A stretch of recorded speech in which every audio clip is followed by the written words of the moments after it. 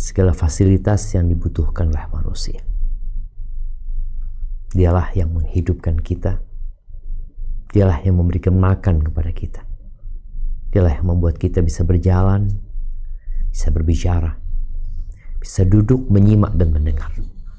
Dialah Allah yang ala kulli syai'in qadir. Dan hanya kepadanya kita meminta pertolongan dalam menghadapi urusan-urusan dunia yang terkadang membuat air mata harus menetes, hati menjadi sedih, dada menjadi sesak. Kepada siapa kita meminta pertolongan? Kepada Allah Azza wa Jalla. Kita tahu bagaimana Nabi Ya'qub alaihissalam, beliau menangis sedih ya, karena harus berpisah dengan Yusuf alaihissalam. Itulah masalah yang dihadapi manusia dalam kehidupan ini, yang terkadang tidak ada tempat untuk mengeluh dan mengadu kecuali kepada Allah Jalla Jalaluhu. Begitu pula masalah-masalah agama yang terkadang kita pun harus menghadapi makian, cacian yang membuat dada menjadi sesak. Kepada siapa kita minta pertolongan? Kepada Allah yang ada di atas arsy-Nya. Allahumma salli wa sallim ala abdika wa rasulika sayyidina wa maulana Muhammadin wa ala alihi wa ashabihi ajma'in, amma ba'd. Kalau tema kita mengapa tak menangis lagi,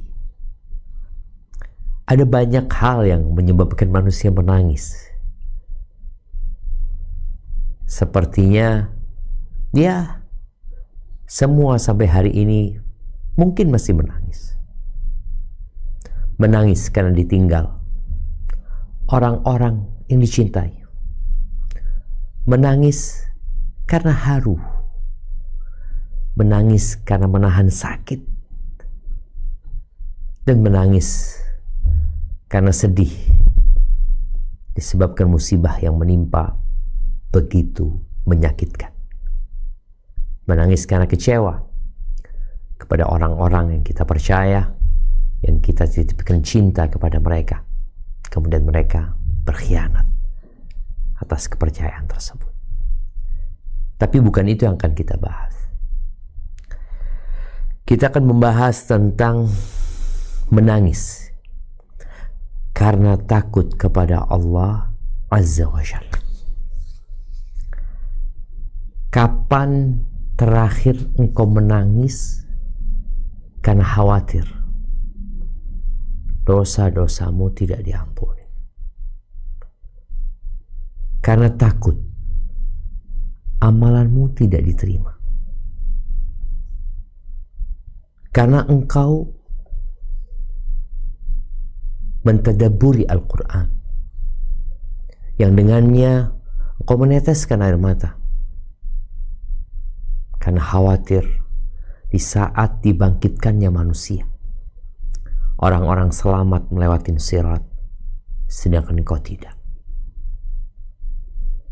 Ahibbati fillah, di surat Al-Isra ayat 107-109, Allah Azza wa Jal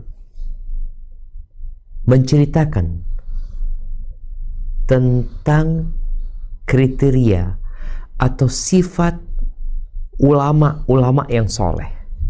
Ini bicara ulama, para ustadz ya, para guru juga perlu menanyakan kepada dirinya, Ustadz, antum kapan terakhir menangis karena Allah?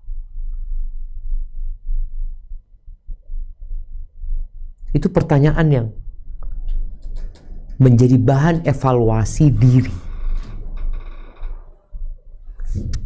Di sini Allah menyebutkan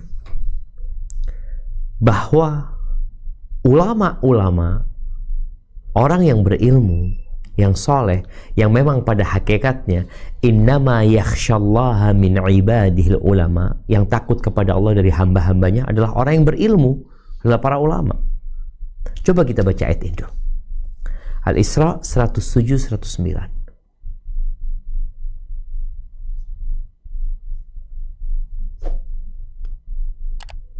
A'udzu billahi minasyaitonir rajim.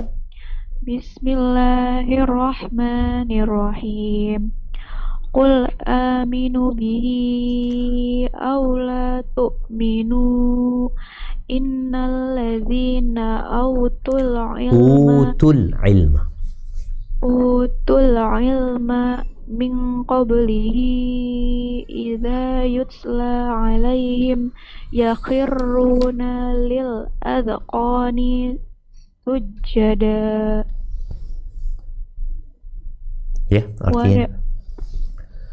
artinya Katakanlah Muhammad, berimanlah kamu kepadanya atau tidak usah beriman, sama saja bagi Allah. Sesungguhnya orang-orang yang diberi pengetahuan sebelumnya, apabila Al-Quran dibacakan kepada mereka, mereka menyungkut atas muka mereka sambil bersujud. Wa yaquluna subhana rabbina in kana wa'du rabbina la maf'ula. Dan mereka berkata, Maha suci Tuhan kami, sesungguhnya janji Tuhan kami pasti dipenuhi.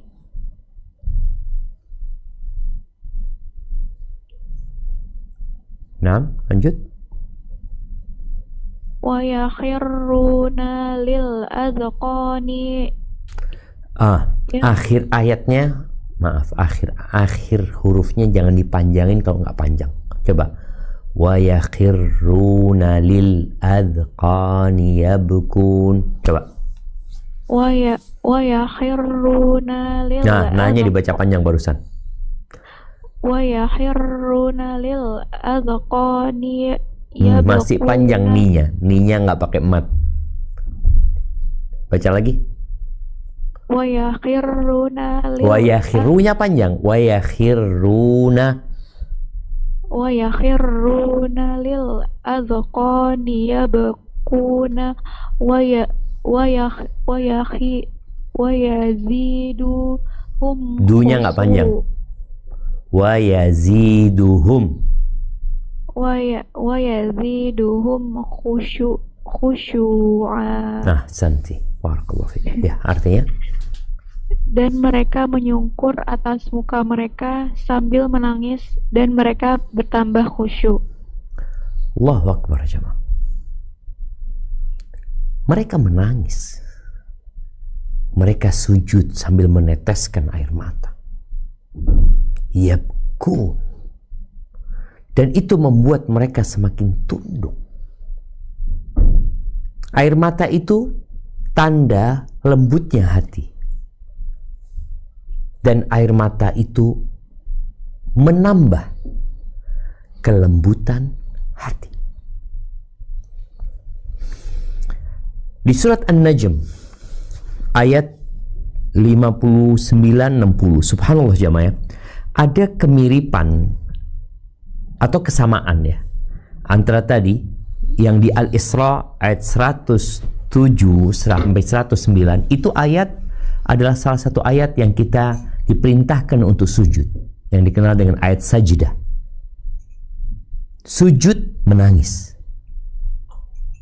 menunjukkan ketundukan mereka nggak main-main gitu loh. Akhir surat An-Najm ini ayat 59-60 ini juga termasuk mungkin sampai akhir ya, dibaca nanti sampai akhir ayat An-Najm ini termasuk ayat yang diperintahkan kita untuk sujud juga. Nah, silakan dibaca.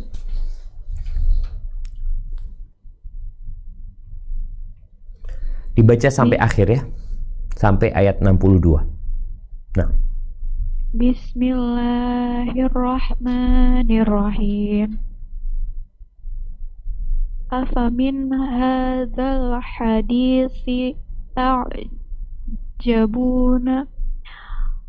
wa tadhakuna wa la tabkun wa tadhakuna wa la tabkun wa antum samidun fasjudu lillahi i-nya nggak wa'budu panjang. Baca lagi. fasjudu lillahi wa'budu. Ahsanti. Nah, artinya, Maka apakah kamu merasa heran terhadap pemberitaan ini dan kamu menertawakan dan tidak menangis, sedang kamu melengahkannya? Maka bersujudlah kepada Allah dan sembahlah Dia. Allahu Akbar jemaah. Ini sebuah panggilan agar orang menangis. Pada suatu kesempatan di hadis yang diriwayatkan oleh banyak sahabat ya. Salah satunya dari Abu Dzar radhiyallahu taala anhu, dari Nabi alaihi salatu wassalam, bahwa beliau mengatakan, inni ara ma la tarawun wa asma ma la tasma'un. Sesungguhnya aku melihat apa yang tidak kalian lihat, dan aku mendengar apa yang kalian tidak mendengar. Attatis sama wa huqqalaha anta itta. Langit itu merintih, dan pantas langit itu merintih. Ma fiha maudi'u arba'i asabi'. Di langit tuh tidak ada, kita lihat langit begitu luasnya ya, dan dia 7 lapis. Di situ ada miliaran bintang-bintang. Kita ini salah satu planet aja, di langit begitu banyaknya. Tidak ada satu tempat seluas 4 jari illa wa malakun wadi'un jabhatahu sajidan lillah, melainkan di situ ada malaikat yang sedang sujud meletakkan keningnya untuk Allah Azza wa Jalla. Jadi di setiap tempat 4 jari ini 4 jari, ada malaikat yang meletakkan keningnya sujud untuk Allah Azza wa Jalla. Lalu Nabi alaihi salatu wasallam mengatakan, "Lau ta'lamuna ma a'lam, la dhahiktum qalilan, wa la bakaitum kathiran." Wallahi, lau ta'lamuna ma a'lam, demi Allah, jikalau kalian mengetahui apa yang aku ketahui, niscaya kalian akan sedikit tertawa dan banyak menangis. Wa ma taladzattum bin nisa'i 'alal furush, dan kalian tidak akan bersenang-senang merasakan kelezatan dengan istri-istri kalian di atas ranjang. Wala kharajtum ila su'adat taj'aruna ila Allah Azza wa Jalla, niscaya kalian akan keluar menuju ke lereng-lereng gunung, berteriak, menjerit, meminta kepada Allah Azza wa Jalla. Hadis yang diriwayatkan oleh Tirmidzi rahimahullahu ta'ala. Ilmu apa sih yang dikatakan oleh Nabi alaihi salatu wassalam, kalau kalian tahu apa yang aku ketahui, niscaya kalian akan sedikit tertawa dan banyak menangis. Kalau kita melihat kehidupan kita itu lebih banyak hiburannya, lebih banyak ketawa ketiwinya, nangis kadangkala juga nggak pernah. Dalam sepekan, berapa kali kita ketawa dan berapa kali kita menangis? Dan tanyakan juga, nangisnya kita kenapa? Ibnu Hajar al-Asqalani, karena hadis yang tadi secara umumnya, jikalau kalian mengetahui apa yang kita juga diriwayatkan oleh Imam Bukhari, Ibnu Hajar mengatakan yang dimaksud dengan ilmu, pengetahuan dalam hadis ini adalah yang berkaitan dengan keagungan Allah Azza wa Jalla, wa intiqamihi mimman ya'sih, dan bagaimana hukuman yang Allah berikan kepada orang-orang yang bermaksiat kepadanya, bagaimana kemurkaan, bagaimana amarah Allah kepada orang yang bermaksiat kepadanya. Allah nggak suka dengan kemaksiatan. Kita aja kalau tahu sama bos kita, apabila kita melanggar, kita akan dihukum, dan kita tahu bos kita adalah orang yang menegakkan aturan, ya, yang nggak main-main, kita jadi takut. Bagaimana dengan Allah Azza wa Jalla yang Maha Agung? Kemudian ilmu pengetahuan tentang kondisi menakutkan ketika ruh itu dicabut. Ilmu tentang kematian yang akan datang kapan saja secara tiba-tiba. Tentang alam kubur. Bagaimana ketika seorang ditinggal sendirian. Bagaimana manusia meninggalkan rumah yang dia bangun, pakaian yang dia beli, kendaraan yang mewah sebagai kebanggaan untuk dirinya, pasangan hidup, anak-anak, tempat memadu cinta dan kasih bersama mereka di rumah kita. Kita harus meninggalkan semua itu. Lalu kita hidup sendirian.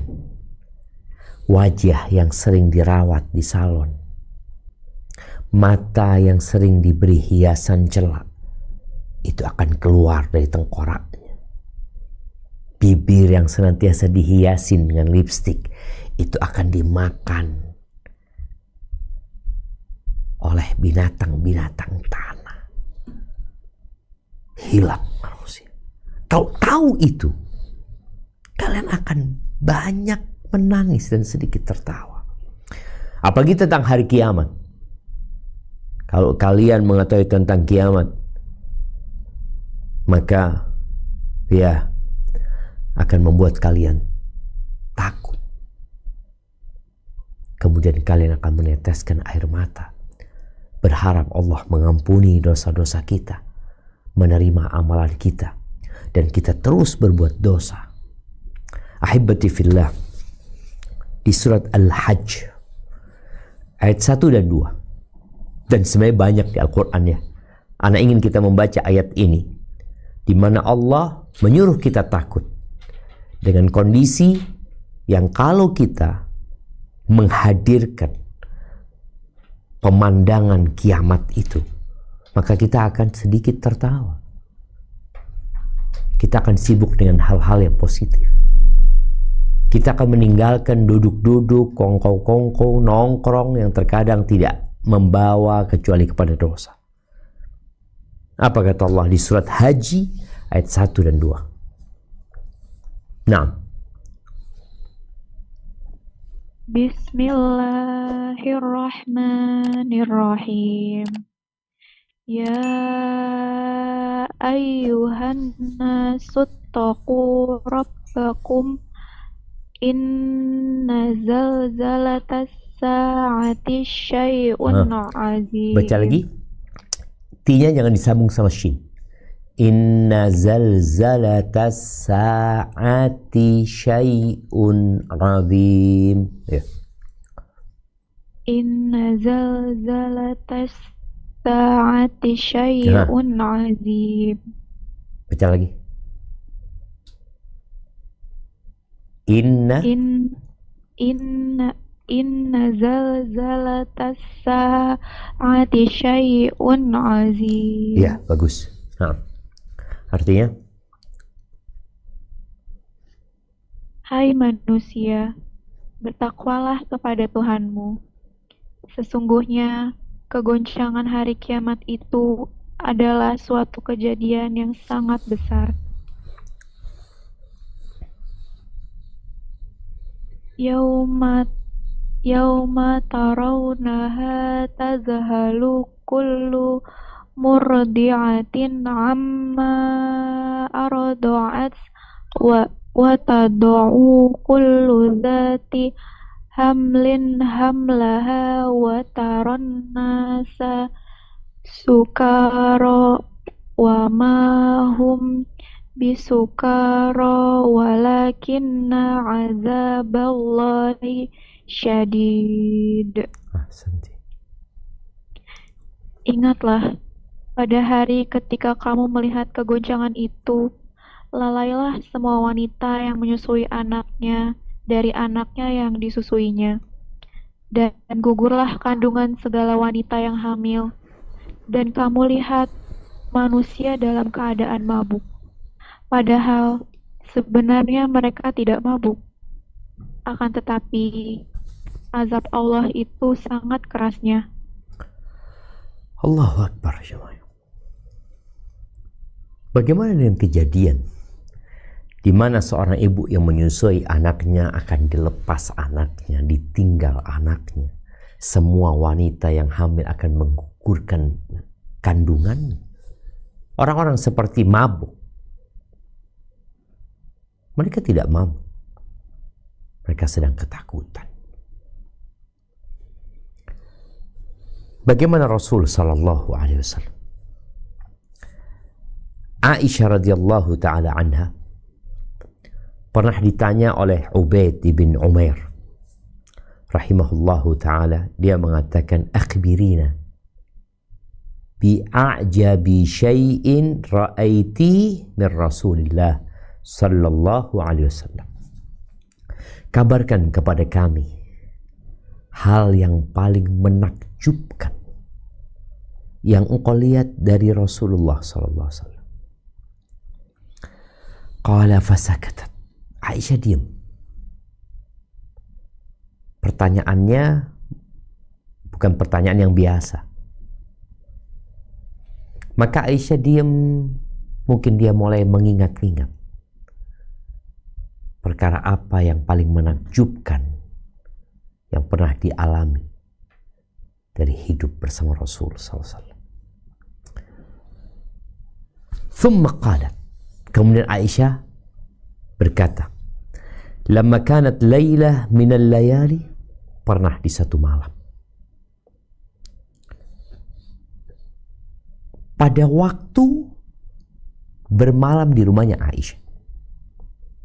Artinya istri Nabi ini 9. Kalau pada saat itu memang sudah 9. Yang Aisyah hanya dapat 9 malam sekali sebelum dibagikan waktunya Saudah. Tahu-tahu Nabi SAW mengatakan kepada Aisyah, pada saat mungkin sudah ada di atas ranjang berdua, Nabi mengatakan sallallahu alaihi wasallam, ya Aisyah, dharini ata'abbadul laila li Rabbi. Wahai Aisyah, biarkan aku ya, malam ini aku ingin beribadah untuk Rabbku. Menghubungin istri itu dapat pahala, bernilai ibadah. Tapi beliau ingin sholat. Apa kata Aisyah yang udah rindu suaminya? Maka Aisyah mengatakan, wallahi inni uhibbu qurbaka wa uhibbu ma yasurruka. Demi Allah, aku suka dekat sama engkau ya Rasulullah, dan aku suka apa yang menyenangkanmu. Maka kemudian Nabi SAW bangun. Berarti pada waktu itu mungkin sedang tiduran. Beliau bangkit dari ranjangnya. Beliau ambil wudu. Kemudian setelah itu beliau sholat. Kata Aisyah radhiyallahu anha, "Falam yazal yabki hatta balla hijrahu." Beliau nangis pada sholatnya sampai pangkuannya itu basah dengan air mata beliau. Qalat wa kana jalisan. Pada saat itu beliau sedang duduk. Falam yazal yabki sallallahu alaihi wasallam hatta balla lihiyatahu. Beliau terus menangis ya sampai jenggotnya basah dengan air mata beliau. Thumma baka hatta balla al-ard. Beliau terus menangis sampai air matanya membasahi tanah yang ada di hadapan beliau. Jenggotnya, pangkuannya, tanah itu basah dengan air mata Nabi alaihi salatu wassalam. Faja'a Bilal yu'dhinuhu bis-salah. Kemudian datang Bilal memperkenankan Nabi untuk sholat subuh. Falamma ra'ahu yabki. Ketika dilihat sama Bilal Nabi alaihi salatu wassalam menangis, maka Bilal berkata, "Waqad ghafa ya Rasulullah tabki." Wahai Rasulullah, engkau menangis ya Rasulullah. Sedangkan Allah sudah mengampuni dosamu yang lalu dan yang akan datang. Udah selesai ya Rasulullah. Lalu apa kata Nabi SAW? Afala akun abdan syakura. Apa enggak sepantasnya aku menjadi hamba yang pandai bersyukur kepada Allah Azza wa Jalla. Telah turun kepadaku malam ini ayat. Celaka bagi orang yang membacanya, kemudian tidak bertafakkur di dalamnya. Itu firman Allah, inna fi khalqis samawati wal ard, sampai akhir di surat Ali Imran ya. Itu Rasulullah SAW nangis seperti itu alaihi salatu wassalam. Dan beliau menyampaikan kepada para sahabatnya sebuah hadis qudsi bahwa Allah Azza wa Jal berfirman, wa izzati la ajma'u ala abdi khawfain wa la ajma'u lahu amnain. Demi keagunganku, kata Allah, aku tidak akan menggabungkan buat hambaku dua ketakutan dan dua keamanan. Dua ketakutan dan dua keamanan. Nggak akan digabungin dua ini. Idza aminani fid dunya akhaftuhu yaumal qiyamah. Kalau dia merasa aman dari aku ketika di dunia, maka aku akan bikin takut dia pada hari kiamat. Ada orang yang merasa, oh Allah Maha Pengasih, Maha Penyayang, sehingga dia terus berbuat dosa. Kewajiban-kewajiban ditinggalkan, maka aku akan bikin dia takut pada hari kiamat. Wa idza khafani fid dunya amantuhu yaumal qiyamah. Kalau dia takut kepada aku pada saat di dunia, maka aku akan buat dia aman pada hari kiamat. Diriwayatkan oleh Ibnu Hibban. Kemudian Nabi SAW juga bersabda tentang keutamaan menangis karena Allah Azza wa Jalla. Kalau menangis karena urusan dunia, ya keutamaannya di dunia, di mana seorang akan merasa tenang dengan dia meneteskan air mata, dadanya menjadi pelong, ya. Tapi ini keutamaan menangis karena Allah Azza wa Jalla, baik karena rindu kepada Allah atau karena takut kepada Allah Azza wa Jalla. Abu Hurairah radhiyallahu taala anhu meriwayatkan sebuah hadis bahwa Nabi alaihi salatu wassalam bersabda, la yalijun nar rajulun baka min khasyatillah hatta ya'uda al-labanu fi dhar. Tidak akan masuk neraka orang yang menangis karena takut kepada Allah Azza wa Jal sampai air susu itu kembali ke tempat susu itu. Ketika diperas, keluar itu air susu sampai balik lagi dan gak akan pernah balik.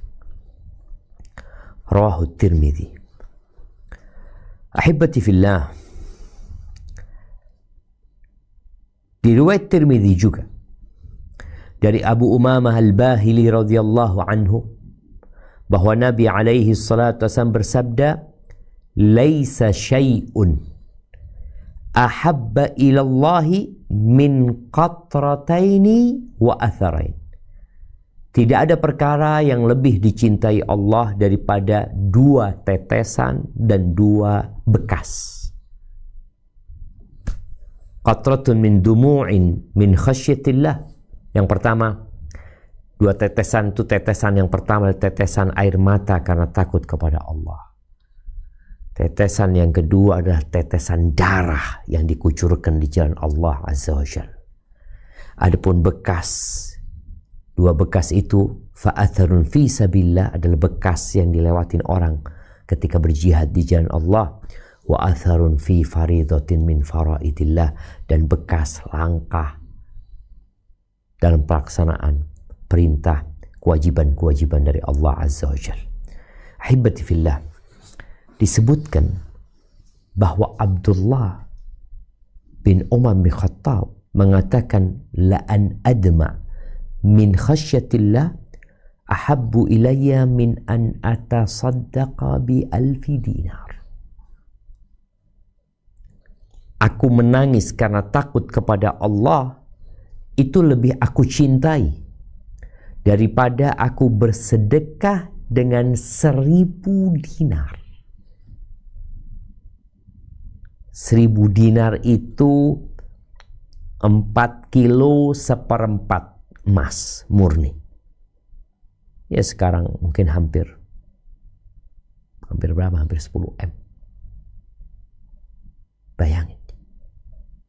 Meneteskan air mata karena takut kepada Allah lebih beliau sukai daripada bersodakoh, yang fadilahnya sodakoh ini banyak sekali. Ini menunjukkan bahwa tatkala kita nggak pernah menangis karena Allah Azza wa Jalla, ada apa sama kita? Dan ini menunjukkan sulitnya meneteskan air mata karena takut kepada Allah Azza wa Jalla. Kemudian ada ucapan yang dinisbatkan kepada Ka'ab al-Ahbar, la an abki min khasyatillah, aku menangis karena takut kepada Allah sampai air mataku menetes di pipiku, mengalir di pipiku, itu lebih aku cintai daripada aku bersedekah dengan seberat tubuhku ini emas.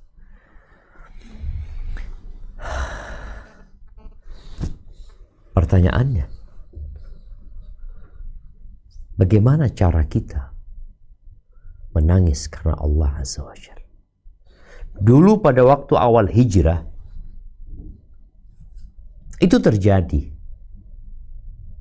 Sedikit-sedikit mewek, nangis, sampaikan ayat-ayat tentang neraka, tentang azab Allah. Kita jadi ingat sama dosa-dosa kita.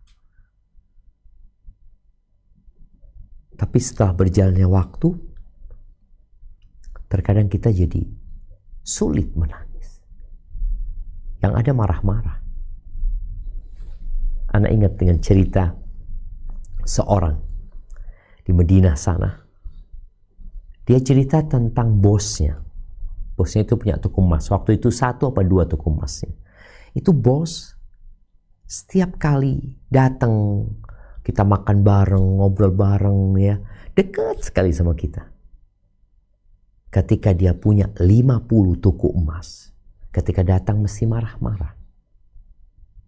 kelembutan itu hilang. Padahal nikmat Allah bertambah, tapi ternyata ada yang hilang. Yang menyebabkan air mata sulit untuk menetes dan mengalir di pipi, ternyata hatinya keras. Kita udah berulang kali mungkin membahas tentang masalah hati. Jadi ternyata mata ini terhubung dengan jantung. Jika hatinya lembut, maka seperti mata air ya, yang dia akan keluar dengan mudahnya. Tapi kalau hatinya keras, ya nggak ada air mata memang. Keras hatinya. Kata Ibnu Qayyim rahimahullahu ta'ala, wa mata aqhatatil ainu minal buka min khasyatillah. Jika mata telah kering dari tangisan karena takut kepada Allah Azza wa Jal, fa'lam, maka ketahuilah bahwa penyebab keringnya adalah hati yang keras. Tadi kita mau gali nggak ada airnya. Wa ab'adul qulub min Allah al-qalbul qasi. Dan hati yang paling jauh dari Allah adalah hati yang keras. Jadi apabila kita udah nggak pernah lagi menangis karena Allah Azza wa Jal, ya udah keras hati kita. Apa penyebabnya? Kalau bicara hati keras, penyebabnya yang pertama adalah kathratul kalam. Banyak ngomong. Kadangkala ya kita datang kajiannya 1 jam, 1 jam setengah, ngobrolnya 2 jam, 3 jam. Sambil makan, sambil kulineran.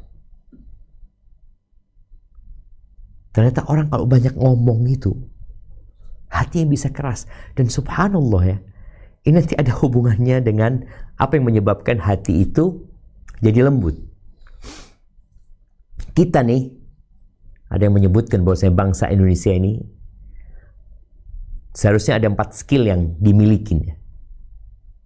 Yang pertama, skill berbicara. Yang kedua, mendengarkan. Yang ketiga, membaca. Yang keempat, menulis. Kita itu masih mendengar dan ngomong aja. Di hadis yang diriwayatkan oleh Imam At-Tirmidzi dari Ibn Umar radhiyallahu ta'ala anhuma, qala Rasulullah sallallahu alaihi wasallam, la tukthirul kalam bi ghairi dzikrillah. Jangan kalian banyak ngomong dari selain mengingat Allah Azza wa Jalla. Fa inna kathratal kalami bi ghairi dzikrillah ta'ala qaswatun lil qalbi. Karena banyak ngomong itu, ngomong yang tidak mengandung unsur mengingat Allah Azza wa Jalla, hanya akan mengeraskan hati. Dan tadi, manusia yang paling jauh dari Allah adalah hatinya yang keras.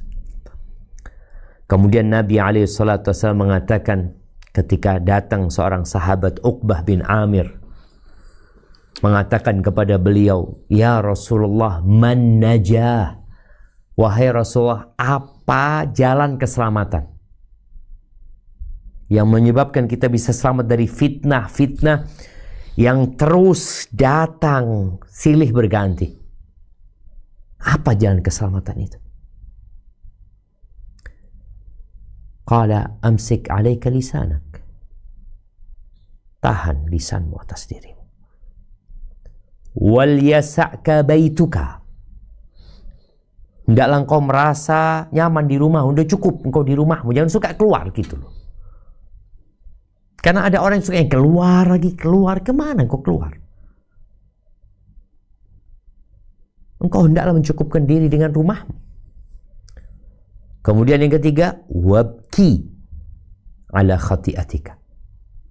Menangislah atau tangisilah dosa-dosamu. Itu keselamatan. Yang membuat hati keras tatkala kita banyak ngomong. Apalagi lisan ini memang tidak bertulang. Dan ketika Nabi mengatakan kepada Mu'adz bin Jabal, kok mau aku kasih tahu amalan yang bisa mencakup ya amalan-amalan soleh lainnya gitu loh, yang sudah disebutkan sebelumnya, yang kau insya Allah akan masuk surga dan dijauhkan dari api neraka. Lalu beliau mengeluarkan lidahnya, mengatakan, amsik alaika hadza, pegang nih, jaga lisanmu ini. Lalu Mu'adz bertanya, wa inna la mu'akhaduna bima natakallamu bihi. Apakah kita akan mendapatkan hukuman karena omongan-omongan kita? Ini orang ngomong dari jam 1 sampai jam 5, 4 jam ngobrol. Atau ngobrol dari habis Isya, ngobrol terus sampai hampir subuh. Berapa banyak kosakata yang dikeluarkan? Maka Mu'adz bertanya, apakah kita akan mendapatkan hukuman atas omongan-omongan, ucapan-ucapan kita? Thakilatka ummuka ya Mu'adz. Wa hal yakubbun nas fin nari ala wujuhihim au ala manakhirihim illa hasaidu alsinatihim. Itu orang-orang yang tersungkur dalam api neraka, di wajahnya, di hidungnya. Tidak lain hanya karena omongan-omongan mereka, hasil pembicaraan mereka. Maka tolong mulailah kita mengurangi omongan. Kalau ngurangin omongan berarti ngurangin ketemu sama orang. Iya. Tapi sekarang nggak ketemu sama orang, telepon sampai panjang. Kadang-kala ya, Anda nggak tahu, emak-emak ini mungkin ada yang kebiasaannya kalau sambil kerja ya dia pasang headset di kepalanya. Oh ini, waduh ngobrol ini itu macam-macam sampai lama cuma. Maka tolong kurangi ngomongnya. Tapi yang kedua, ya banyak tertawa. Di riwayat Ahmad, Nabi SAW mengatakan, kathratud dhahiki tumitul qalba. Banyak tertawa itu mematikan hati. Ada orang yang suka nonton yang lucu-lucu. Ada orang yang suka nonton ya mungkin lawak atau apa yang membuat dia ketawa lagi. Ketawa tuh boleh. Nabi tertawa, tapi tidak banyak. Berarti kita perlu mengurangi tontonan yang membuat kita tertawa. Kita perlu mengurangi gurauan yang membuat kita tertawa. Jadi semuanya kalau kebanyakan itu jadi buruk. Yang namanya garam kalau kebanyakan jadi nggak enak makanan itu. Yang namanya gula kalau kebanyakan juga nggak enak. Maka hendaklah engkau bisa menghitung mungkin. Aku akan ngomong berapa lama.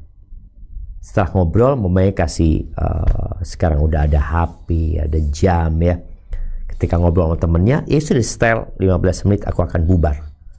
Udah nanti bunyi Afan ya, aku ada acara, selesai bubar. Jangan kemudian kita menghabiskan waktu untuk ngobrol, untuk ketawa-ketawa. Kemudian yang ketiga, kathratul akli. Kebanyakan makan. Itu juga membuat hati keras. Dan boleh jadi sumber semuanya, sumber banyak ngomong, sumber banyak ketawa, sumber banyak makan, itu cinta dunia. Lupa dengan akhirat. Makan lagi. Apalagi sekarang ya. Dengan berbagai macam makanan yang bisa dipesan tanpa engkau keluar dari rumah. Atau 3 hal itu jadi satu.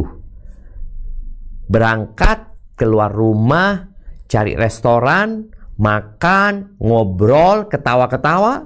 Nah inilah yang menjadi sumber penyebab hati itu jadi keras. Ingat kalau kebanyakan. Karena ngomong boleh, ketawa boleh, makan boleh, tapi nggak berlebihan. Bishr bin Harith mengatakan khaslatani tuqsiyanil qalb. 2 hal yang membuat hati keras itu banyak ngomong dan banyak makan. engkau perlu duduk menyendiri mengingat Allah. Kemudian yang keempat, banyak dosa. Kalau 3 hal itu mungkin bukan dosa, nggak sampai dosa ya. Banyak ngomong, nggak sampai dosa. Ketika omongannya bukan dosa, tapi kalau omongannya dosa, jadinya dosa. Kalau sudah isinya riba, fitnah, ngomongin orang, gunjingin orang ya, itu omongan yang boleh. Tapi kalau kebanyakan, maka akan berdampak kepada hati. Makanan yang halal, kalau kebanyakan akan berdampak kepada hati. Ketawa boleh, tapi kalau kebanyakan akan mengeraskan hati. Yang keempat ini banyakkan dosa.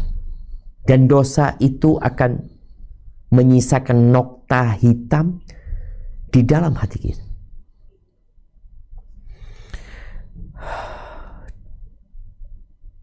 Dan disebutkan oleh sebagian salaf ya, al-badanu idza uriya raqqa.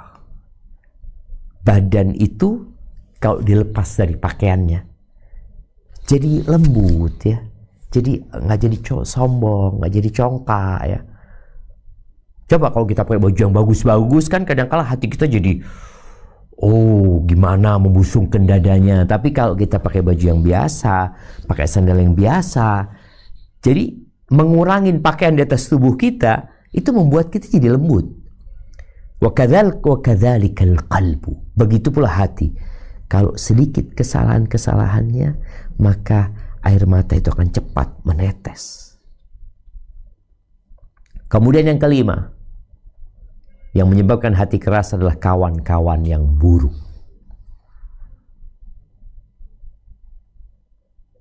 Maka jangan sampai kita itu berkawan yang kawannya hanya mengajak kepada yang tadi ya. Mengajak kepada ngobrol, mengajak kepada makan, mengajak kepada ketawa-ketawa, mengajak kepada dosa. Maka kita harus pandai-pandai memilih kawan. Sebagian salaf mengatakan, wa qaswatul qalbi min arba'ati asya. Dan kerasnya hati itu karena 4 perkara. Idza jawazat qadral hajah. Kalau melebihi kebutuhannya. 4 perkara ini boleh semuanya, tapi kalau kelebihan akan membuat hati keras. Yang pertama apa? Al-akl, makan. Yang kedua an-naum, disebutkan di sini. Tidur. Kebanyakan tidur juga membuat hati keras. Wal kalam, banyak ngomong. Wal mukhalatah, dan banyak kumpul sama orang. Kalau tadi kita sebutkan berkaitan teman yang buruk, ini kumpul aja. Kita sering kumpul sama orang. Tadi ke kafe ya, berangkat sana, jalan sini, kopdar, atau kita sibuk di grup ya. Maka hati kita akan jadi keras. Terus apa yang menyebabkan hati bisa lembut, kemudian kita bisa menangis? Karena Allah Azza wa Jalla. Ada banyak perkara. Yang pertama, mengenal Allah Azza wa Jalla. Dengan nama-namanya, dengan sifat-sifatnya, dengan perbuatan-perbuatan dengan Allah, perbuatan-perbuatan Allah Azza wa Jalla. Karena orang yang kenal sama Allah, dia akan takut. Tapi dia juga akan cinta. Dia akan cinta. Barang siapa yang takut sama Allah, tapi berharap sama Allah Azza wa Jalla, dan dia cinta sama Allah, maka hatinya jadi lembut. Dan matanya akan mudah meneteskan air mata. Namun orang yang nggak kenal sama Allah, nggak berharap kepada Allah, nggak takut sama Allah, maka hatinya akan keras dan air matanya akan kering. Dan kalau kita belajar tentang kedudukan keimanannya, maka ada cinta yang seharusnya menjadi pemandu semua perbuatan kita. Ulama menyebutkan bahwasanya ibadah itu seperti burung nih. Kepalanya itu cinta. Sayap kanan kirinya adalah rasa takut dan rasa harap. Ketika ini seimbang dan penuh dengan cinta, maka burung itu akan sampai ke tempat tujuan. Tapi kalau lebih condong kepada rasa takut, kadang-kala juga nggak bisa terbang. Karena ketakutan jadi putus asa. Tapi kalau lebih berat kepada harapan, akhirnya berharap terus, tapi nggak takut. Akhirnya sering berbuat dosa. Ahibati fillah, Sulaiman Ad-Darani mengatakan, likulli syai'in alam. Semua itu ada tandanya, ya. Ada benderanya sebagai tanda. Wa alamul khudlan, dan termasuk tanda orang yang Allah biarkan, Allah tinggalkan, Allah tidak berikan pertolongan. Tarkul buka min khasyatillah, adalah orang yang tidak menangis lagi karena Allah Azza wa Jalla.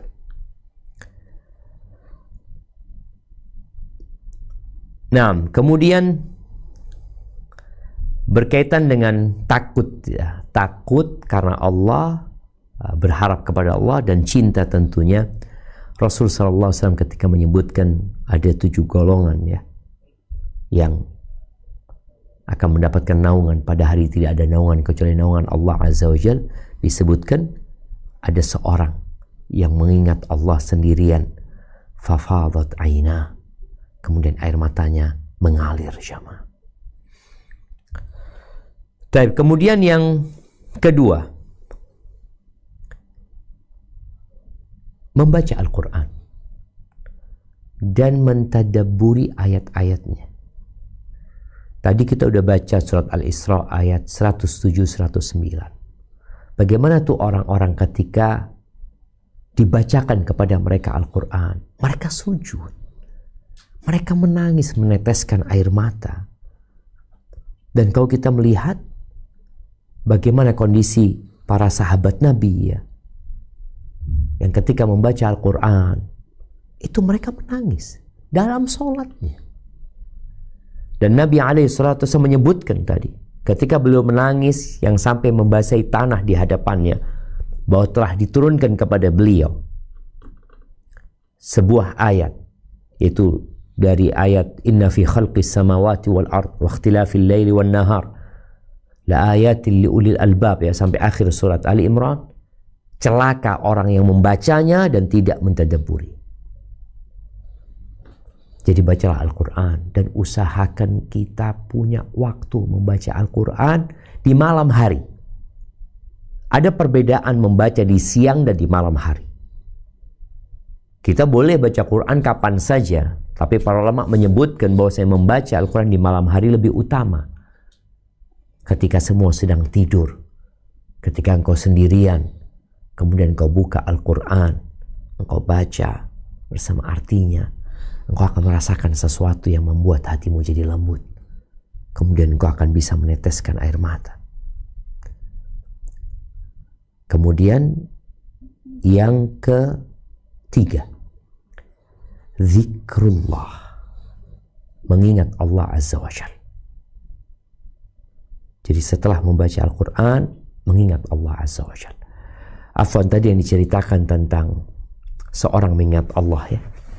Ya tentunya dia mengingat karena cinta sama Allah, rindu sama Allah, takut sama Allah. Setelah dia punya ilmu tadi, kemudian dia jadi rindu, dia jadi mengingat Allah Azza wa Jalla, kemudian dia meneteskan air mata. Dan Ibnu Qayyim mengatakan tentang obat orang yang hatinya keras ini, maka hendaklah dia mengobati dengan zikrullah. Ketika datang seorang kepada Hasan al-Basri radhiyallahu ta'ala anhu, dia mengatakan, ya Aba Sa'id, ashku ilaika qaswata qalbi, aku mengadukan kepadamu kerasnya hatiku ini. Qala adhibhu bidzikr,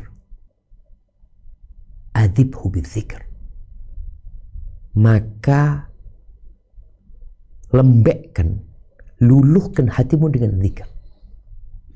Dan ketika engkau berzikir, tolong zikirnya itu dengan suara.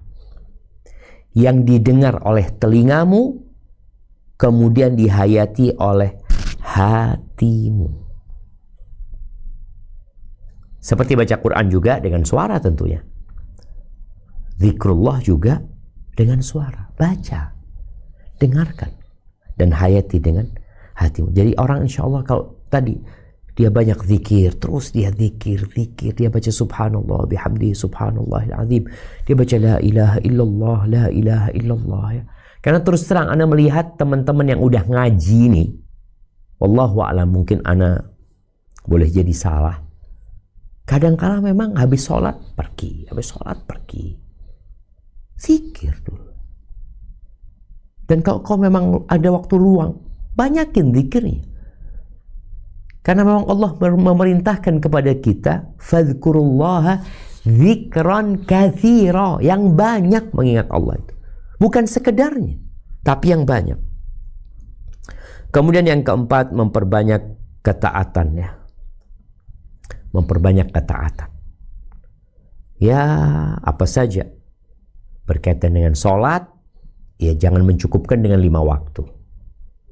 Coba sholatnya mungkin 40 rakaat. 5 waktu itu 17 rakaat. Mungkin kau sehari sholatnya 40 rakaat. Ditambah. Kalau enggak ya pelan-pelan. Ana cuma 5 waktu aja berat Ustaz. Ya udah 5 waktu plus tambahin 2 rakaat sebelum subuh. Tambahin witir sebelum tidur. Tapi usahakan istiqamah.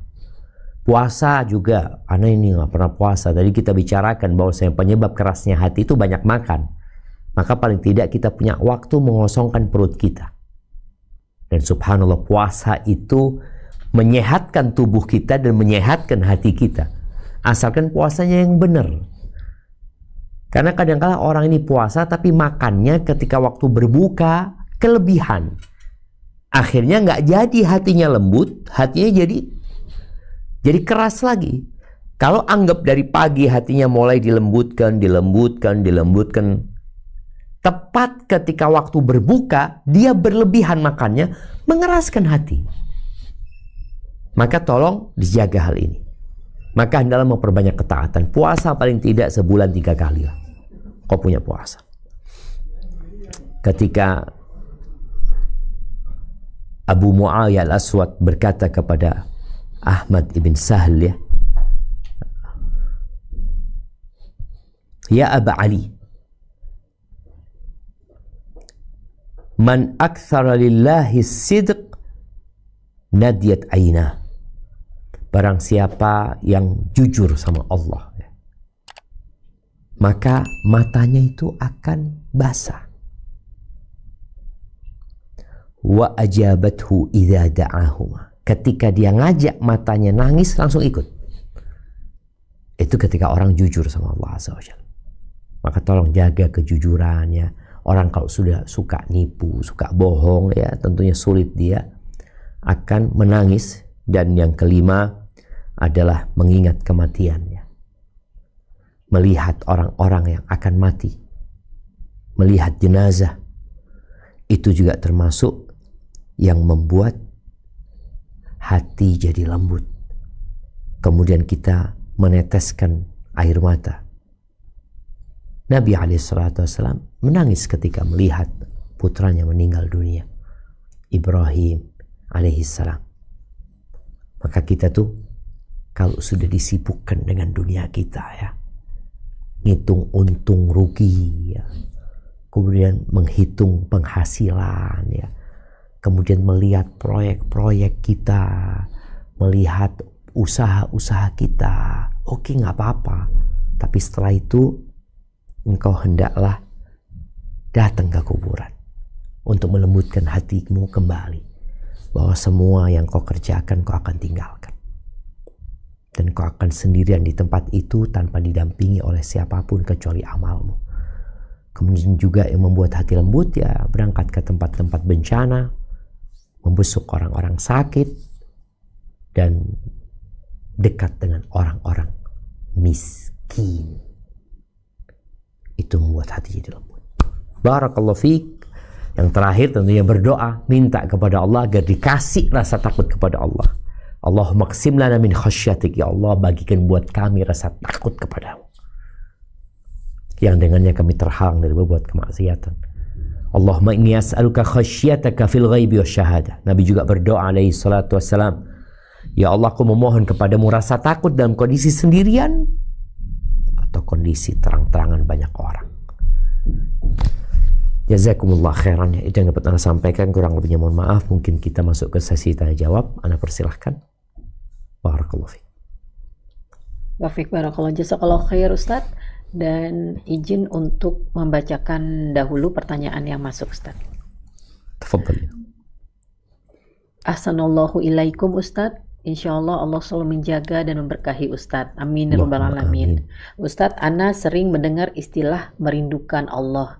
Mohon penjelasan lebih terkait ini Ustadz. Apakah ini berarti kita merindukan untuk kematian, padahal hal ini diminta untuk dilarang, atau bagaimana maksudnya Ustadz? Ada juga yang terkait Ustadz, apakah yang dimaksud menangis karena Allah ini karena takut tidak selamat dari azab Allah? Barakallahu fiik. Nah, ahibati fillah, bicara rindu sama Allah Azza wa Jalla, ya rindu untuk berjumpa dengan Allah Azza wa Jalla.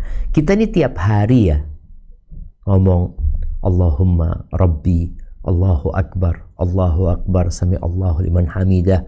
Setiap sholat kita mengatakan iyyaka na'budu wa iyyaka nasta'in. Kita nggak ngelihat Allah Azza wa Jalla.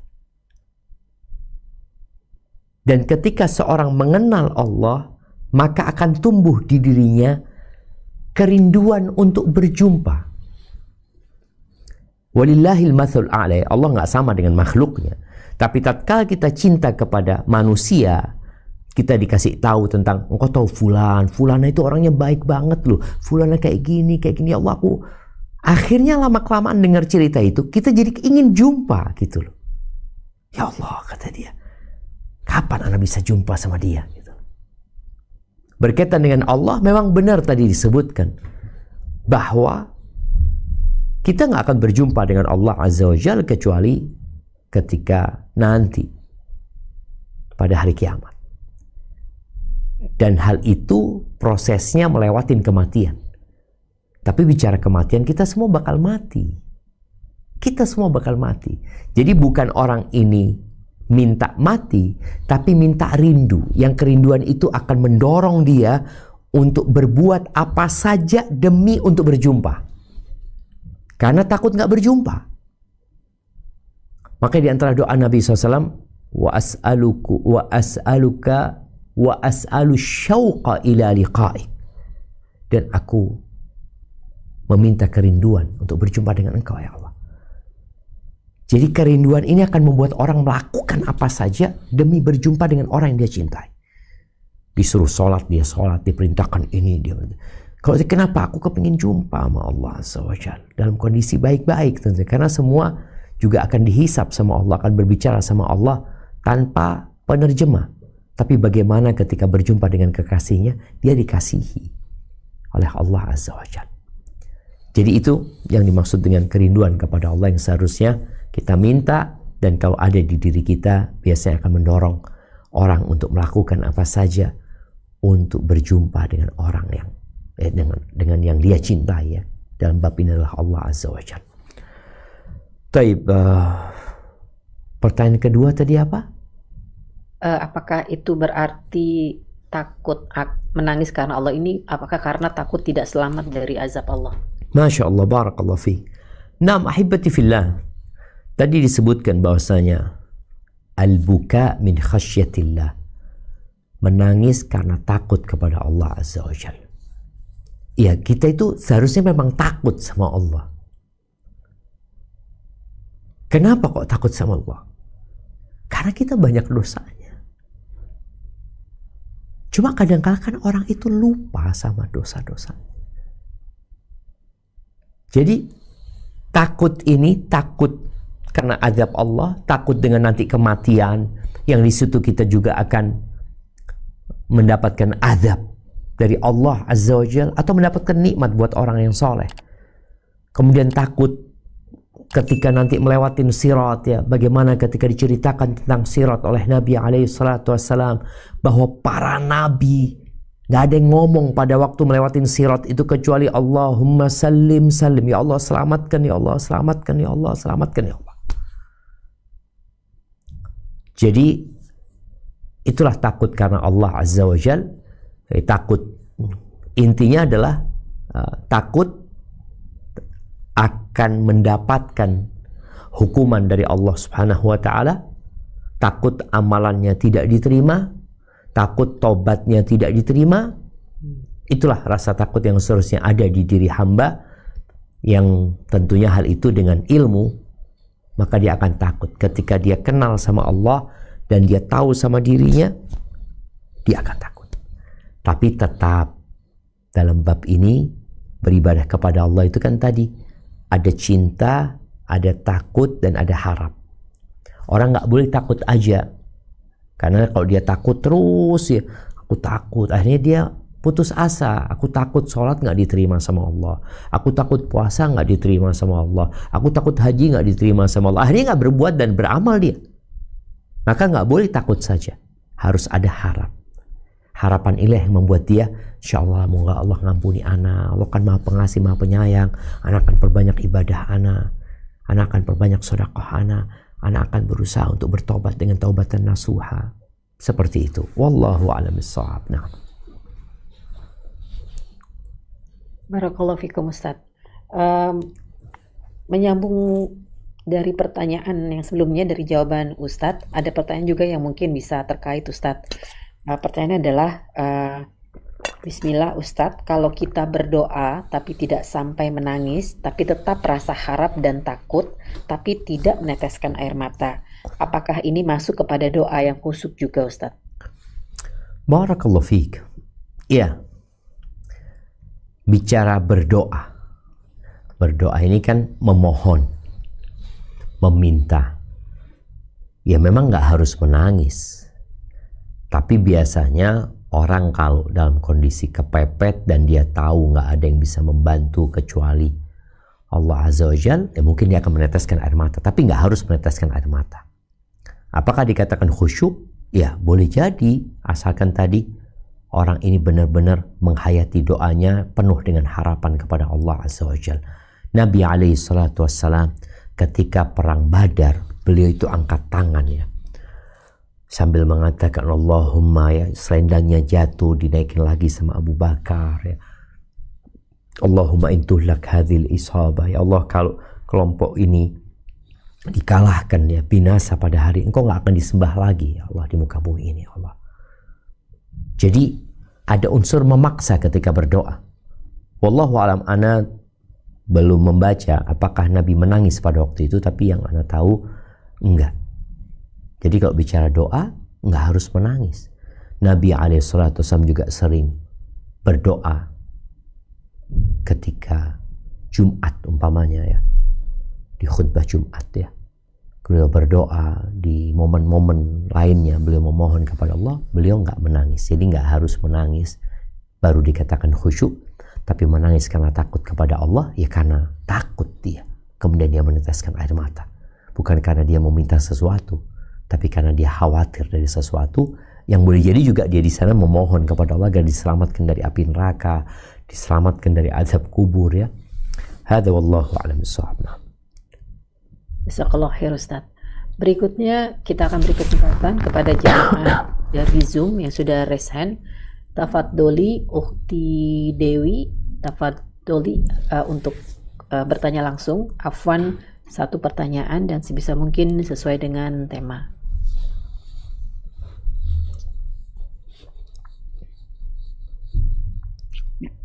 Bismillahirrahmanirrahim. Assalamualaikum warahmatullahi wabarakatuh, Ustaz. Waalaikumsalam warahmatullahi wabarakatuh. Barakallahu fiik atas kesempatannya. Kan izin bertanya, Ustaz. Beberapa waktu yang lalu, anak kan dalam kondisi yang sulit gitu ya, Ustaz ya. Kondisi perekonomian keluarga. Nah, dari situ ibadah-ibadah itu ditambah gitu Ustaz, karena memang kondisi sulit di urusan dunia gitu ya Ustaz ya. Alhamdulillah Allah berikan taufik untuk anak tuh lebih ibadahnya bisa lebih dari yang sebelumnya. Nah alhamdulillah sekarang kondisi itu sudah mulai berjalan lebih baik pastinya Ustaz. Nah dengan dari situ Ana berdoa semoga Ana selalu dijaga Ustadz untuk sebagai wujud syukur tuh untuk tidak kadang kan kalau kita dikasih dunia yang lebih tuh kadang kan kita lupa gitu ya Ustadz, maksudnya udah kayak nggak nikmat gitu berdoa gitu. Dan alhamdulillah Ana masih diberi kesempatan kadang-kadang gitu bisa berkhulwat dengan nikmat gitu Ustadz. Tapi beberapa hari ini Ana itu ada perasaan di dalam hati itu kok gelisah itu karena Ana tuh kayak takut gitu Ustadz, nanti suatu ketika Ana ada di posisi yang kemarin gitu Ustadz. Jadi kadang Ana masih berdoa tuh kayak urusan dunia tuh kadang nangisnya itu kok lebih banyak daripada urusan akhirat, meskipun Ana juga alhamdulillah kadang-kadang tuh diberi nikmat bisa berdoa untuk urusan akhirat yang baik yang banyak gitu Ustaz. Nah itu mohon masukannya gitu supaya hati Ana tuh kadang-kadang datang pikiran yang takut untuk nanti suatu saat kembali gitu Ustaz ke yang lalu gitu. Nah, Ustaz apa boleh satu lagi karena ini agak urgent Ana nanyanya gitu. Terus bendahara gitu Ustaz. Nah Ana pasti berkecimpung di situ, tapi suami Ana itu nggak bolehin Ana untuk ikut perlombaannya, kan ada tarikan iuran. Nah, tapi iurannya itu dipakai untuk kita konsumsi makan bersama. Untuk hadiah itu dari sumbangan warga gitu Ustaz. Apakah dari batas-batas mana yang diperbolehkan dan tidak diperbolehkan Ustaz? Karena Ana agak saling silang pendapat dengan suami. Syukran Ustaz, jazakallahu khair. Assalamualaikum warahmatullahi wabarakatuh. barakallahu fikum ya. Iya, berkaitan dengan pertanyaan yang pertama ya. Memang kalau bicara doa, kita tuh tatkala membutuhkan sesuatu atau dalam kondisi terdesak, kepepet, ya kita akan benar-benar minta gitu. Sehingga tadi boleh jadi menangis karena takut nggak dikasih. Jadi menangisnya itu karena takut tidak dikasih yang dipinta. Dan termasuk ibadah juga ya. Karena doa itu adalah ibadah kepada Allah Azza wa Jalla. Ad-du'a huwa al-ibadah. Maka tatkala seorang memohon kepada Allah untuk urusan dunianya, itu ibadah juga kepada Allah Azza wa Jalla. Karena dia tahu bahwasanya kondisi yang kemarin boleh jadi kembali lagi. Boleh jadi perekonomian akan jadi sulit. Karena memang Allah bisa mengambil semua yang ada di diri kita. Tangan ini pun kalau Allah mau ambil, Allah ambil. Kedua mata kita, tidak sedikit orang-orang yang keluar rumah bisa melihat pulang buta, kecelakaan, hilang matanya. Maka memang kita harus terus berdoa memohon kepada Allah Azza wa Jal untuk urusan dunia dan untuk urusan akhirat. Allah mengatakan tentang doa orang-orang beriman, Rabbana atina fid dunya hasanah wa fil akhirati hasanah wa qina adzabannar. Minta kebaikan dunia, minta kebaikan di akhirat, dan minta diselamatkan dari api neraka. Tinggal bagaimana kita itu minta akhiratnya diperbanyak. Bagaimana cara memperbanyaknya? Coba dibaca doa-doa yang diajarkan Nabi alaihi salatu wassalam. Untuk urusan agama dan akhirat, apa aja yang diminta Nabi sallallahu alaihi wasallam. Terkadang kita doa untuk akhiratnya itu pendek, untuk dunianya terlalu panjang. Karena kita nggak tahu dengan akhirat dan tidak tahu bagaimana seharusnya seorang muslim berdoa memohon kepada Allah Azza wa Jalla untuk urusan akhiratnya. Ya, adapun untuk pertanyaan yang kedua, mungkin bisa ditanyakan kepada yang lainnya karena memang tidak berhubungan dengan pembahasan kita saat ini. Barakallahu fiik. Nah. Jazakallahu khair wa barakallahu fiik Ustaz. Berikutnya kita terima pertanyaan berikutnya. Tafadholi Ukhti Putri. Satu pertanyaan dan afwan sebisa mungkin sesuai dengan tema. Jazakillah khairan Ukhti Mala. Assalamualaikum warahmatullahi wabarakatuh Ustaz. Waalaikumsalam warahmatullahi wabarakatuh. Ahsanallahu ilaikum Ustaz.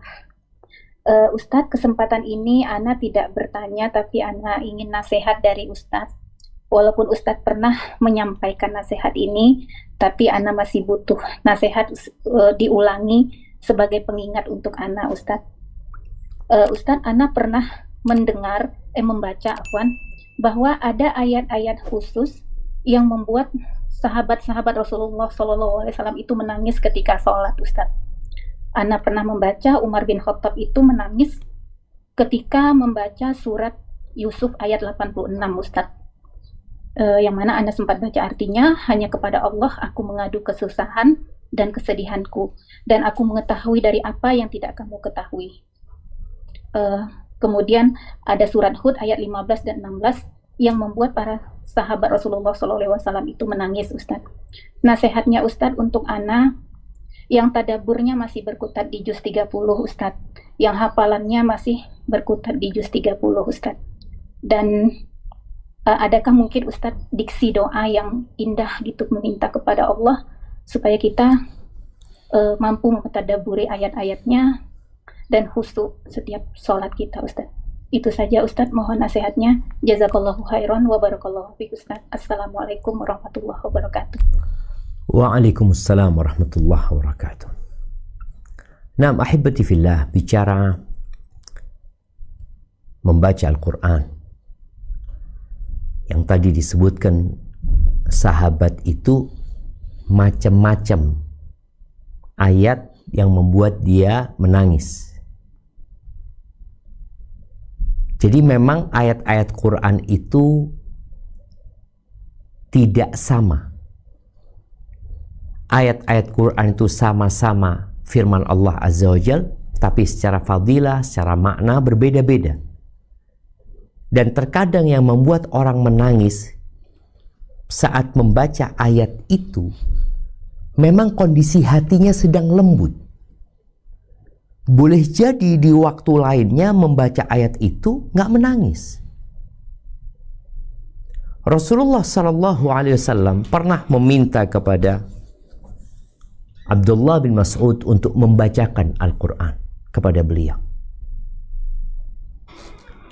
Lalu kata Abdullah bin Mas'ud, A'aqra'u 'alaika wa 'alaika unzil. Gimana aku membaca kepadamu sedangkan Quran ini turunnya kepadamu? Ya, aku suka dengar dari orang lain. Akhirnya Abdullah bin Mas'ud membaca awal surat An-Nisa. Awal surat An-Nisa dia baca ya terus sampai ayat 41 insyaallah. Ketika sampai firman Allah, فَكَيْفَ إِذَا جِئْنَا مِنْ كُلِّ أُمَّةٍ بِشَهِيدٍ وَجِئْنَا بِكَ عَلَى هَؤُلَاءِ شَهِيدًا. Bagaimana apabila kami mendatangkan seorang saksi untuk setiap umat dan kami jadikan engkau saksi atas semua mereka itu. Lalu Nabi SAW mengatakan hasbu, cukup. Abdullah bin Mas'ud lalu melihat Nabi SAW, ternyata beliau meneteskan air mata. Jadi ada kondisi-kondisi yang memang membuat orang itu jadi baca ayat itu menangis. Ada yang baca ayat itu ya nggak menangis. Boleh jadi kembali kepada kekhusyuan tadi, pada pentadaburan dia untuk ayat yang dibaca. Mungkin semua pernah merasakan yang seperti itu. Ada kondisi dia lembut banget, baca Quran, baca ayat tentang neraka, dia berhenti ya. Maka nasihat ana buat teman-teman yang membaca Al-Quran, kalau tadi dikatakan hanya di juz 30. Juz 30 itu isinya tentang neraka, isinya tentang kiamat, isinya tentang hal-hal yang seharusnya membuat orang jadi takut kepada Allah Azza wa Jal. Maka kalau engkau fokus di juz 30 nggak ada masalah, fokuskan di sana. Di situ ada ayat-ayat yang seharusnya membuat engkau menangis. Ketika firman Allah umpamanya di surat Al-Fajr, waji'a yawma idzin bi jahannam yawma idzi yatadzakkarul insan wa anna lahu dzikra. Allah katakan akan didatangkan neraka jahanam pada hari kiamat. Pada hari itu semua orang akan mengingat apa yang dia lakukan dan apa gunanya mengingat pada hari itu. Jadi kalau dikatakan mentadaburi juz 30 nggak ada masalah. Tadaburi itu juz, hayati itu juz, dan perbaiki hatinya. Karena boleh jadi orang ini baca Quran, dia banyak baca Qurannya, tapi faktor-faktor yang membuat hatinya keras tidak dihilangkan. Sehingga faktor pendukungnya ini nggak bisa maksimal. Tadi disebutkan baca Quran dan mentadabburi, tapi kita banyak makan, tapi kita banyak ngobrol, tapi kita banyak ketawa. Akhirnya tatkala kita baca Quran dan mentadabburinya, perkara-perkara yang membuat keras hati kita ini tidak bisa membuat proses pelembutan hati itu berjalan dengan baik. Maka hendaklah tadi selain kita mentadabburi Al-Quran, mengenal Allah Azza wa Jal, berzikir mengingat Allah, faktor-faktor penghalangnya itu dihindari. Maka kenapa tadi kita menyampaikan yang awal itu yang membuat hati keras, supaya kita juga memikirkan ini. Hadza wallahu a'lam bissawab. Nah. Jazakallah khair Ustaz. Berikutnya saya kembali bacakan pertanyaan yang masuk Ustaz. Bismillah Ustadz, saya membaca buku cukup tebal tentang hidup Rasulullah dan setiap saat baca perjuangan Rasul, saya hampir selalu menangis terseduh-seduh membayangkan sulitnya hidup Rasulullah. Dan saat itu saya merasa sangat sayang dan ingin sekali bertemu dengan Rasulullah. Tapi saat ini buku tersebut telah selesai saya baca. Bagaimana agar saya bisa tetap merasakan rasa sayang dan rindu pada Rasulullah ini? Saya takut sekali rasa nikmat dan rindu pada Rasulullah ini hilang. Masya Allah, barakallahu fiik. Naam ahibati fillah, kalau bicara membaca buku, jadi nggak sekali kau baca buku itu. Sebagian ulama ada yang baca buku 60 kali, 50 kali. Sehingga apa yang dibaca itu diingat. Bahkan mungkin dihafal. Bagaimana cerita cicitnya Rasul SAW. Ali ibn Husain ibn Ali yang dikenal dengan Zainal Abidin ya. Dia mengatakan kunna nu'allam maghaziyan Nabi SAW kama nu'allam as-surata minal Qur'an. Kita diajari perjalanan hidup Nabi SAW, peperangan Nabi SAW seperti diajari satu surat dari Al-Quran.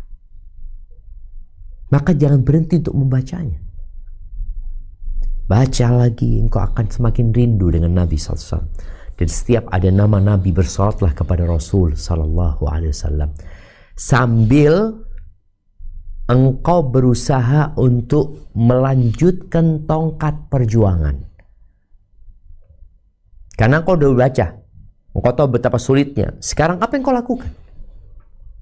Karena bacaan itu bukan hanya untuk menyenangkan otak kita, tapi bagaimana bacaan itu berubah menjadi sikap dalam kehidupan kita. Dan teruslah menghindari hal-hal yang membuat hati jadi keras tadi. Sehingga semoga dengan cara itu, ya hati kita tetap lembut dan kita tetap mudah menangis tatkala mengingat perjuangan Rasul dan para sahabatnya sallallahu alaihi wasallam. Hadza wallahu a'lam bissawab. Nah. Jazakallah Ustaz. Pertanyaan berikutnya Ustaz.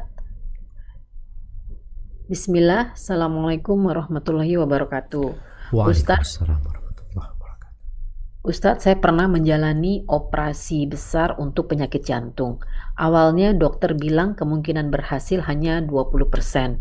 Tapi alhamdulillah semua lancar dan saya sudah hidup sehat hampir 1 tahun ini. Sejak saya sembuh, saya seringkali menangis saat sholat. Dan kapanpun saya ingat bersyukur pada Allah karena merasa diberi kesempatan kedua untuk hidup dan tambah beribadah. Saya jujur takut meninggal kemarin karena amal yang sangat sedikit. Apakah ini bisa dibilang saya cukup ikhlas menangis karena Allah ataukah belum Ustadz? Karena sering saya juga menangis saat melihat anak-anak saya masih kecil, bersyukur karena masih bisa membimbing mereka. Mohon nasihatnya Ustadz. Masya Allah, barakallahu fiik. Naam ahibati fillah. Kalau bicara orang yang dikasih kesempatan untuk hidup lagi ya, tadi mungkin persentase hidupnya tinggal 20%. Kemudian ternyata Allah kembalikan dia hidup. Ini kesempatan yang langka, yang seharusnya memang dimanfaatkan sebaik-baiknya. Kalau dikatakan apakah sudah cukup? jangan pernah merasa sudah cukup. Karena perasaan orang merasa cukup itu yang menyebabkan dia akhirnya tidak berkembang untuk menjadi lebih baik lagi. Rasulullah SAW yang tadi kita baca ceritanya, bahwa Bilal mengatakan, "Ya Rasulullah, engkau nangis seperti ini, padahal sudah diampuni dosa-dosamu yang lalu dan yang akan datang." Apa jawaban beliau? "Afala akunu abdan syakura." Apa tidak pantas aku menjadi hamba yang bersyukur kepada Allah Azza wa Jalla? Tapi kalau orang sudah merasa cukup, maka dia tidak akan menambah. Maka hendaklah yang bertanya tadi menambah. Menambah apa? Menambah baca Qur'annya, menambah pengenalan dirinya kepada Allah Azza wa Jalla, menambah zikirnya, dan menjauhi hal-hal yang menghalangi dia dari menangis nantinya. Karena ini masih lembut hatinya. Tadi masih lembut hatinya karena dia mengalami sebuah kejadian yang membuat dia jadi khawatir. Karena penyakit itu bisa jadi balik lagi. Yang menyebabkan dia akhirnya, tadi kalau melihat anak-anak mereka masih kecil-kecil, ya gimana kalau aku mati. Ini juga perlu dihilangkan dari hatinya. Karena sejatinya itu anak-anak kalau engkau mati, mereka punya Tuhan yang akan menjaga mereka. Dan mereka punya takdir yang akan mereka jalani. Barakallahu fiik. Nah,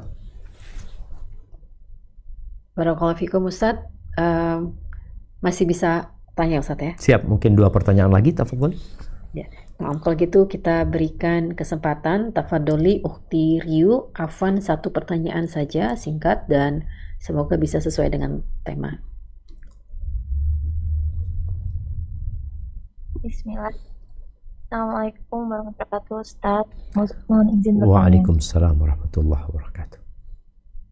Ustaz, berkaitan tentang yang sulit untuk meneteskan air mata, itu kan salah satu penyebabnya dikarenakan kerasnya hati ya.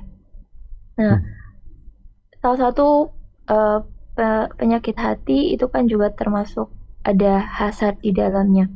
Nah, mohon nasihatnya bagaimana agar kita terhindar dari hasad dan hati kita tidak menjadi keras.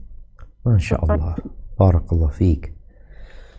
Nah, mahibati fillah, ini bicara tentang hasad ya, yang juga membuat hati menjadi keras. Tadi kita bicarakan hendaklah menghindari dosa, karena banyak dosa itu akan membuat hati jadi keras. Di antara perbuatan yang terlarang adalah hasad. Dan hasad ini membuat pemilik hatinya hidup dalam penderitaan. Kalau ditanya bagaimana kita mengobatin hasad ya, ma khala jasadun min hasad. Sebagian ulama mengatakan tidak ada tubuh yang terhindar dari hasad. Hasad itu baru akan dicabut ketika masuk surga nanti. Tapi orang yang mulia akan selalu memangkas pohon hasadnya. Dipangkas dengan meminta pertolongan kepada Allah Azza wa Jalla. Dengan menanamkan di hati bahwasanya itu udah takdir Allah. Dia naik jabatannya, dia semakin kaya, semakin sukses, itu Allah yang kasih. Kalau engkau mau, engkau minta sama Allah Azza wa Jalla. Jadi bagaimana dia berusaha untuk memangkas pohon hasad tadi. Yang kedua, dengan cara mendoakan orang tersebut. Ya Allah, mudah-mudahan fulan, ya Allah, diangkat derajatnya, diluaskan rizkinya. Jadi kita sebenarnya nggak suka dia kaya, umpamanya gitu ya. Kita nggak suka dia sukses, tapi cara menghilangkannya malah dengan cara mendoakan dia supaya sukses. Lalu kita yakin bahwa doa kita akan dikabulkan. Kenapa? Katanya akan dikirim malaikat yang mengaminkan doa kita. Yang ketiga, untuk menghilangkan hasad itu melihat kepada yang di bawah. Karena kalau engkau melihat kepada yang di atas, hasad akan terus tumbuh. Tapi apabila engkau melihat ada orang yang lebih susah, oh iya, Masya Allah, kenapa aku hasad sama fulan? Ini orang lebih susah dan aku lebih nikmat gitu. Sehingga dia akan bersyukur kepada Allah Azza wa Jalla. Hadza wallahu a'lam bissawab. Nah. Jazakallahu khair Ustaz. Pertanyaan terakhir mungkin insyaallah. Barakallahu fiik. Bismillah Ustadz, Afwan izin bertanya. Suami saya masih jarang sholat dan salah satu anak saya terjerumus akan zina. Saya setiap sholat menangis takut akan azab yang mungkin mereka dapatkan. Saya faham mungkin saya juga banyak dosa, tapi saya benar-benar khawatir akan mereka. Apakah ini tangis karena Allah ataukah masih duniawi? Dan apakah diperbolehkan tangisan dalam kondisi ini? Mohon nasihatnya juga Ustadz, apa yang harus saya lakukan selain berdoa untuk mereka? Masya Allah, barakallahu fiik. Nah, ahibati fillah, kalau bicara menangis yang disebutkan tadi apakah karena Allah atau karena dunia, maka itu kembali kepada niatmu ketika meneteskan air mata. Ada yang menangis karena memang kesian anak-anak ini nanti akan diazab sama Allah. Kesian dengan masa depan mereka kalau mereka jauh dari ibadah, ya. Dia khawatir dengan azab Allah sejatinya. Maka dia takutnya karena Allah SWT. Tapi ada yang menangis karena suaminya dianggap, ya Allah, dapat suami kayak gini, ya. Kok aku dapat musibah seperti ini? Jadi yang dia tangisi itu karena takdirnya dia umpamanya. Mungkin boleh jadi ada unsur dia nggak menerima dengan ketentuan Allah Azza wa Jalla. Maka akan berbahaya buat dirinya. Tapi kok tangisannya enggak, Ana menangis karena Ana kesian sama suami. Ana kesian ketika dia seperti itu terus. Dia imam di rumah ini. Tadi anak Ana sampai terjebak dalam perzinaan, ya. Dengan kondisi anak nggak tahu bagaimana kondisi rumah dengan bapak yang tidak sholat, bagaimana akhirnya pendidikan buat anak-anak. Akhirnya ketika dia menangis karena memohon kepada Allah pertolongan agar masalah ini diselesaikan, agar suaminya dikasih hidayah, agar anaknya diberikan hidayah, agar mereka dibimbing menuju kepada Allah Azza wa Jalla. Maka semoga itu tangisan karena Allah Subhanahu wa Ta'ala. Dan ya, selain berdoa memohon kepada Allah, ya perlu ada usaha memperbaiki anak-anak kita.